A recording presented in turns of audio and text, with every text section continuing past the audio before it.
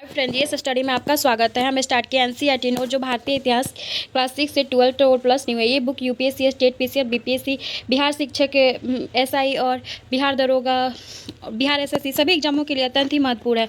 हम कर रहे थे सामाजिक धार्मिक आंदोलन, जिसमें हम आर्य समाज तक कर लिए थे। हम करेंगे दयानंद सरस्वती के बारे में।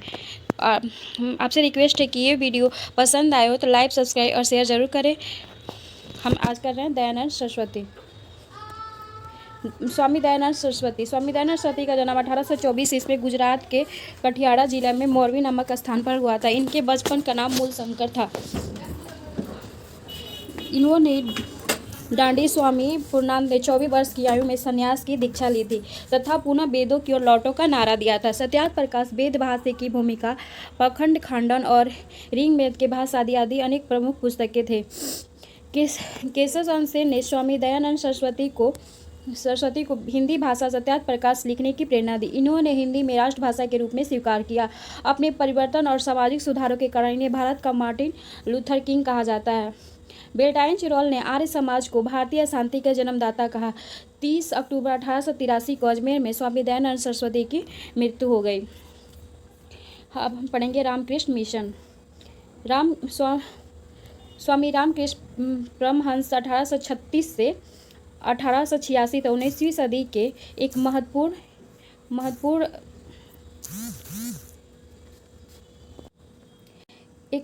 सुधारक और कलकत्ता के समीप दक्षेश्वर मंदिर के पुजारी थे। रामकृष्ण का प्रारंभिक नाम गंगाधर भट्टाचार्य था। शंकर वेदांत से संबंध में तोतापुरी ने इन्हें दीक्षित रामकृष्ण नाम दिया था। रामकृष्ण के उपदेशों और प्रचार तथा इन्हें व्यवहारों से उतारने के उद्देश्य से इनके शिष्य स्वामी विवेकानंद ने 1863 से 1902 ईस्वी में और 1897 से रामकृष्ण मिशन की स्थापना की। मिशन का उद्देश्य समाज की सेवा करना और इनका आदर्श और वाक्य था, ईश्वर की आराधना को सर्वोत्तम मार्ग है, मानव जाति की सेवा करना। विवेकानंद का सर्वाधिक बल सामाजिक क्रिया पर था। इनका मानना था कि ज्ञान यदि कर्म से हीन है तो यह व्यर्थ है। उन्होंने सभी धर्मों को संकुचित दृष्टिकोण की आलोचना की तथा धर्मों की एकता पर बल दिया। भारत का विश्व के अन्य देशों से अलगाव की आलोचना करते हुए विवेकानंद ने लिखा कि दुनिया के सभी राष्ट्र हमारा अलगाव ही हमारे पतन का कारण है।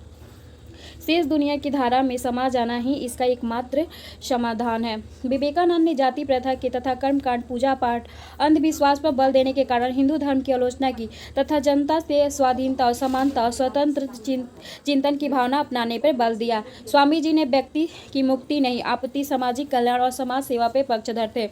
स्वामी विवेकानंद का मूल नाम नरेंद्र दत्त था। महाराजा खेतरी के सुझाव पर उन्होंने अपना नाम स्वामी विवेकानंद रखा था। इन्होंने 1893 में शिकागो, अमेरिका में विश्व धर्म सम्मेलन में भाग लिया, लेकर हिंदू धर्म की महत्ता प्रतिपादित की। स्वामी जी ने 19वीं सदी में हिंदू नवजागरण का संस्थापक भी कहा जाता है। इन्होंने आधुनिक राष्ट्रीय आंदोलन आध्यात्मिक पिता भी कहा जाता है। यंग बंगाल आंदोलन का प्रवर्तक हेनरी विबियन डिरोजिया थे। डिरोजिया को जन्म 1809 ईस्वी में हुआ था। इसने 1826 से 1831 तक हिंदू कॉलेज में अध्यापक कार्य किए थे। डिरोजिया फ्रांस की क्रांति से प्रभावित थे। उन्होंने एक शिक्षक के रूप में छात्रों को विवेकपूर्ण ढंग से सोचने, समानता तथा स्वतंत्रता से प्रेम करने तथा सत्य की स्थापना के लिए प्रेरित किया था।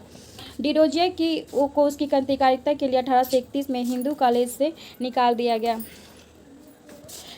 गया और उनको तुरंत 22 वर्ष की युवा अवस्था में ही हैजे से उनकी मृत्यु हो गई। प्रसिद्ध राष्ट्रवादी नेता सुरेंद्रनाथ बनर्जी ने डिरोजिया को अनुयायियों को बंगाल में आधुनिक सभ्यता अग्रदूत एवं हमारी जाति के पिता कहा था। बंगाल के प्रमुख समाज सुधारक बहुत सारे थे, जिसमें एक थे ईश्वरचंद विद्यासागर का जन्म बंगाल में 26 दिसंबर 1820 को हुआ था। उन्होंने बंगाल को पुनः जागरण का अग्रदूत माना जाता है। संस्कृत भाषा तथा दर्शन के अगाध श्रद्धा और पांडित्य के कारण विद्यार्थी जीवन में उन्हें विद्यासागर की उपाधि प्रदान की गई थी। ईश्वरचंद विद्यासागर ने विधवा पुनः विवाह के लिए संघर्ष और लोकमत तैयार करने में प्रयास किया। इन्हीं प्रयासों से 1856 में हिंदू विधवा पुनः विवाह अधिनियम पारित किया गया था। ईश्वरचंद विद्यासागर को बंगला भाषा के गद्य के सरल तथा आधुनिक बनाने के लिए जाना जाता है। इन्होंने बंगला लिपि की वर्णमाला को भी तर्कसंगत बनाया। ईश्वरचंद विद्यासागर ने 1849 में बेथुन स्कूल की स्थापना की में महत्वपूर्ण योगदान दिया। वे स्त्री शिक्षा के क्षेत्र में अग्रणी संस्था के रूप में पहचान बनाने में सम्मानित थे। देवेंद्रनाथ ठाकुर का जन्म 15 मई 1917 को बंगाल में हुआ। तो इन्होंने 1847 में तत्वबोधिनी सभा की स्थापना की। इसी सभा का मुख्य उद्देश्य लोगों को ब्रह्म धर्म की शिक्षा देना था। देवेंद्रनाथ ठाकुर ने ब्रह्म समाज के विस्तार का प्रदान किया। 1849 में तत्वबोधिनी पत्रिका का प्रकाशन आरंभ हुआ कर उन्होंने ब्रह्म समाज के विचारों को सामान्य लोगों तक पहुंचाया। 1862 में ब्रह्म समाज का विभाजन के बाद देवेंद्रनाथ ठाकुर ने आदि ब्रह्म समाज की स्थापना की।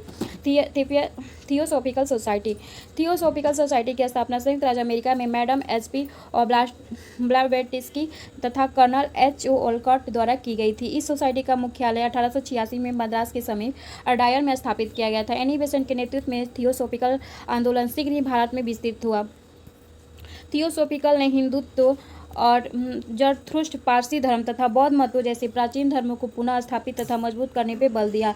इनके द्वारा आत्मा के पुनरागमन की सिद्धांत का भी प्रचार किया गया। यह पश्चिम देशों से ऐसे लोगों द्वारा चलाया जा रहा था जो एक आंदोलन था जो भारतीय धर्मों तथा दार्शनिक परंपरा पर महिमा मंडन करते थे। एनी बेसेंट एक आयरिश महिला थी। 1893 में भारत आई थी। इन्होंने भारत में 1916 में होम रूल आंदोलन शुरुआत किया था। एनी बेसेंट ने 1898 में बनारस में सेंट्रल हिंदू स्कूल की स्थापना की, जिसे 1916 में मालवीय जी ने बनारस हिंदू विश्वविद्यालय के रूप में विकसित किया था। इन्होंने वर्ष 1917 में कलकत्ता कांग्रेस अधिवेशन की अध्यक्षता की थी। आपसे रिक्वेस्ट है कि ये वीडियो आपको पसंद आया हो तो लाइक, सब्सक्राइब और शेयर जरूर करें और थैंक यू।